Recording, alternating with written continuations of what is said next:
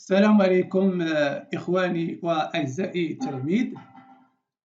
إن شاء الله في هذه الحصة غنشوفوا تتمة الدرس ديال لي نومبر غولاتيف. وقبل ما نبدا الدرس كيف ديما تنقول لكم تاخذوا الدفتر وتديروا الدروس عن بعد وكتبوا معايا مختلف المراحل ديال الفيديو باش هكا نفهموا ونتبعوا الدرس. ولا شي فقره ما فهمناهاش تنديروا بوز الفيديو كنحبسوه وتفكروا فيها. وديما تنقول لكم كذلك حاولوا تشاركوا الفيديو مع اصدقاء ديالكم لنفس المستوى باش هكا تعمل فائده وكلشي يستافد. اذا كنا شفنا في الحصه الماضيه التعريف ديال لي نومبر غولاتيف. لي نومبر غولاتيف شفنا التعريف ديالهم وقلنا نومبر غولاتيف هو كل عدد تيكون مسبوق بالزائد او الناقص بريسيدي دان سي بلس او موان. بحال مثلا بلس 3، بحال مثلا 7، بحال مثلا 100 هذا النومبر غولاتيف، بحال مثلا موان 100.2، مثلا بلس 100.3. هادو كلهم كيتسموا لي نومبر غولاتيف، هما اللي مسبوقين بالزائد او الناقص. وشنا كذلك لي نومبر opposé. Nombre opposé. قلنا l'opposé de 3 est moins 3. L'opposé de moins 7 est plus 7. L'opposé de 10,2 est plus et moins 10,2. يعني الزائد تولي الناقص والناقص تولي الزائد. Maintenant, nous allons voir la comparaison. Maintenant هي الآن. Maintenant هي الآن. تقول لكم دائما خذوا الدفتر ديال المصطلحات باش هكا تعودوا على الفرنسية. إذا قلنا maintenant هي الآن غنشوفوا لا comparaison هي المقارنة. compare جاية من compare. غنشوفوا comparaison دي نومبر غولاتيف. إذا نبدأ على بركة الله. الفقرة الثالثة comparaison de deux nombres relatifs. Comparaison de deux nombres relatifs. يعني مقارنة عددين نسبيين. غنقارنوا جوج أعداد نسبية. دونك شنو غنديرو؟ On considère une droite graduée. On considère نعتبر on considère une droite graduée. graduée هي مستقيم مدرج. droite graduée مستقيم مدرج. On considère une droite graduée. مثلا هو هذا. l'origine ديالو هو صفر. مثلا on a plus 1 plus 2 plus 3 4 5 6 7 etc. وعندنا هنا moins 1 moins 2 moins 3 moins 4 moins 5 ومثلا عندنا moins 3,5 ومثلا عندنا 2,5 عندنا مثلا 4,5 etc. دابا حنا بغينا نقارنوا عددين نسبيين. On veut comparer deux nombres relatifs. مثلا نقارنوا 4 مع ناقص 3. ناخذ واحد موجب واحد سالب، واحد بوزيتيف وواحد نيجاتيف. بغينا نقارنوا 4 مع 3. شنو كنلاحظوا؟ 4 فوق الصفر دائما كنمشيو ستونتر اللي هو 0. 4 فوق الصفر وناقص 3 فين جات؟ تحت الصفر ناقص 3. إذا شكون اللي كبير؟ 4. إذا 4 بلو غران كو موان 3. بلو غران تنقولوا بلو غران أكبر ولا تنقولوا سوبيريور تنقولوا بلو غران ولا تنقولوا سوبيريور. إذا 4 كبر من 4. ناخذ مثلا موان 2 و 3. ها 3 وهنا موان 2. شنو كنلاحظوا؟ بليس 2 3 فين جات؟ فوق الصفر، يعني هي الكبيرة، وناقص 2 تحت الصفر، إذا هي صغيرة. إذا 3 بلو كغون كو موان 2. ولا صحيح موان 2 أصغر من 3. إما نقولوا 3 بلو كغون كو موان 2 ولا موان 2 بلو بوتي. شنو هي أصغر؟ بلو بوتي. ولا تنقولوا انفيريور، ولا تنقولوا انفيريور، تنقولوا بلو بوتي ولا تنقولوا انفيريور. إذا ناخذ شي مثال آخر، مثلا 2.5 مع مثلا موان 4. شنو كنلاحظوا؟ أن 2.5 فوق الزيرو وموان 4 تحت الزيرو، إذا شكون اللي كبيرة؟ هي اللي فوق الزيرو. إذا 2.5 كبر من ناقص 4، ولا صحيح ناقص 4 أصغر من 2.5. شنو كنلاحظوا هنا؟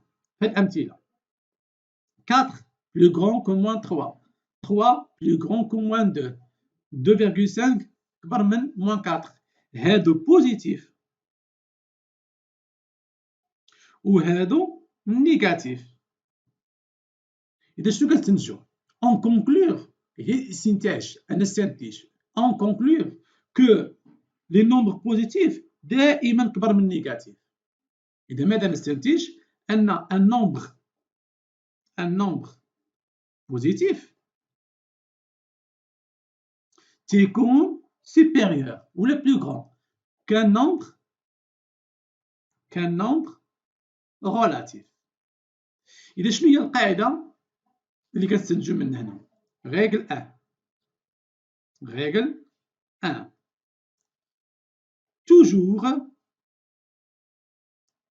توجور هي دائما. تنقول لكم كتبوا مصطلحات وحفظوهم.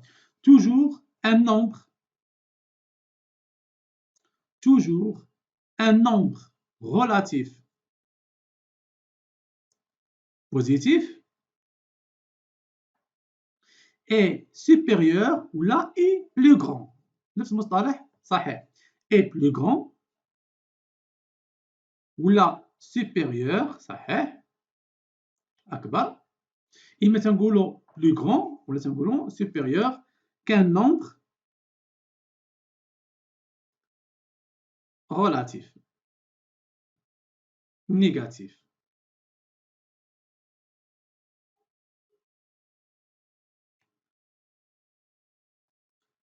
Qu'un nombre relatif négatif.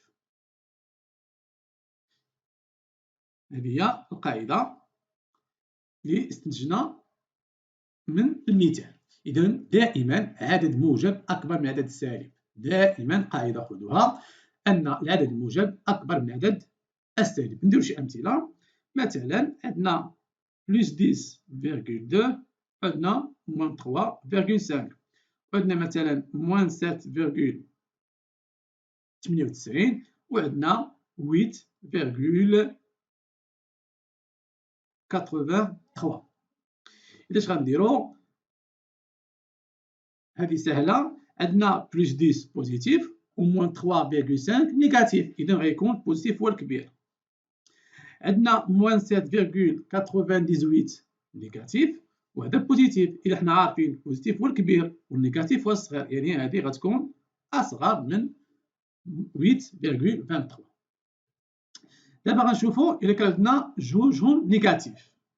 إلا كان عندنا جوجهم نيجاتيف، مثلا عندنا موان 7 و موان 3، شكون اللي كبير؟ غنمشيو بالدغوات غراديوي اللي درنا. إذا ها هي موان 3 و موان 7 غتجينا هنا. إلا طولنا المستقيم غتجينا هنا موان 6، ها موان 7، إذا ها هي موان 7. إذا شكون اللي قريب الزيرو؟ هي 3، إذا هي الكبيرة. وشكون وناقص 7 بعيد على الزيرو. أعيد، موان 3 قريبة للزيرو ولكن موان 7 بعيد عليها.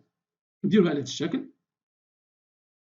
نرسمو هنا ها الزيرو، ها ناقص 3، ها ناقص 7. شنو كنلاحظوا؟ شكون اللي قريب للزيرو؟ هو ناقص 3، إذا هو الكبير.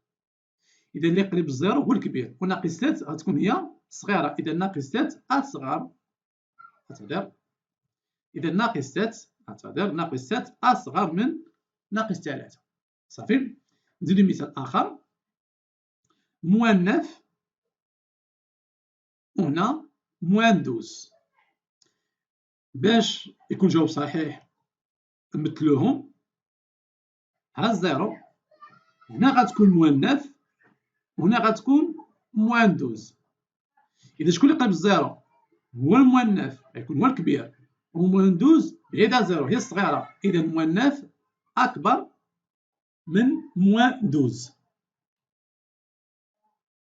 إذا règle 2 شنو هي؟ Si on a deux nombres négatifs. Si on a deux nombres négatifs. يعني إلا كان عندنا جوج أعداد سالبة. Si on a deux nombres négatifs. Si on a هي إذا كان لدينا. Si هي إذا on a لدينا deux nombres relatifs négatifs يعني سالبين. Le plus grand يعني الكبير فيهم. Le plus grand est celui هو est celui qui est le plus près de 0. يعني الكبير فيهم هو اللي تيكون قريب للزيرو. لو بلو بخي الأقرب، بخي قريب، لو بلو بخي الأقرب إلى صفر. إذا أعيد، إلا عندنا جوج أعداد سالبة وبغينا نقارنوهم كنشوفو شكون اللي قريب للزيرو. مثلا عندنا موان 10، عندنا موان 20، مثلا موان 3، وعندنا هنا موان 13. شنو غنديرو؟ تنمثلوهم. إذا droite graduée ها الزيرو، هنا عندنا موان 10 وهنا عندنا موان 20. إذا شكون اللي قريب للزيرو؟ هو موان 10 هو الكبير، وموان 20 بعيدة هي الصغير. إذا موان 10 غتكون سوبيريور أكبر ولا بلي كون. بالنسبة موان 3، إذا ها الزيرو، ها موان 3 وها موان 13. إذا ها موان 3 غتكون هي الكبيرة حيت هي قريبة للزيرو، وهذه غتكون موان 13 غتكون هي الصغيرة. إذا موان 3 أكبر من ناقص 13. إذا إخواني التلاميذ، في هذه الفقرة شفنا كيفاش تنقارنو عددين نسبيين. يعني إلا كان واحد موجب وواحد سالب قلنا الموجب دائما هو الكبير، وإلا كان إلا كان جوج سالبين الأقرب للزيرو هو الكبير. إذا nous avons vu dans cette séance la comparaison de deux nombres relatifs. Nous avons vu la comparaison entre un nombre positif et un nombre négatif. Nous avons conclu que toujours un nombre positif est supérieur à un nombre négatif. Et si on a deux nombres négatifs, le plus grand est celui qui est le plus près de 0. إذا إلى هنا إخواني التلاميذ كتنتهي الحصة ديال اليوم. نتمنى تنقلوا هذا الدفتر ديال الدروس عن بعد، ولا عندكم شي سؤال ولا شي حاجة اتصلوا، ولا عندكم أي اقتراحات أو ملاحظات مرحبا بها باش نحسنوا من الفيديوهات القادمة إن شاء الله. دمتم في رعاية الله وإلى اللقاء.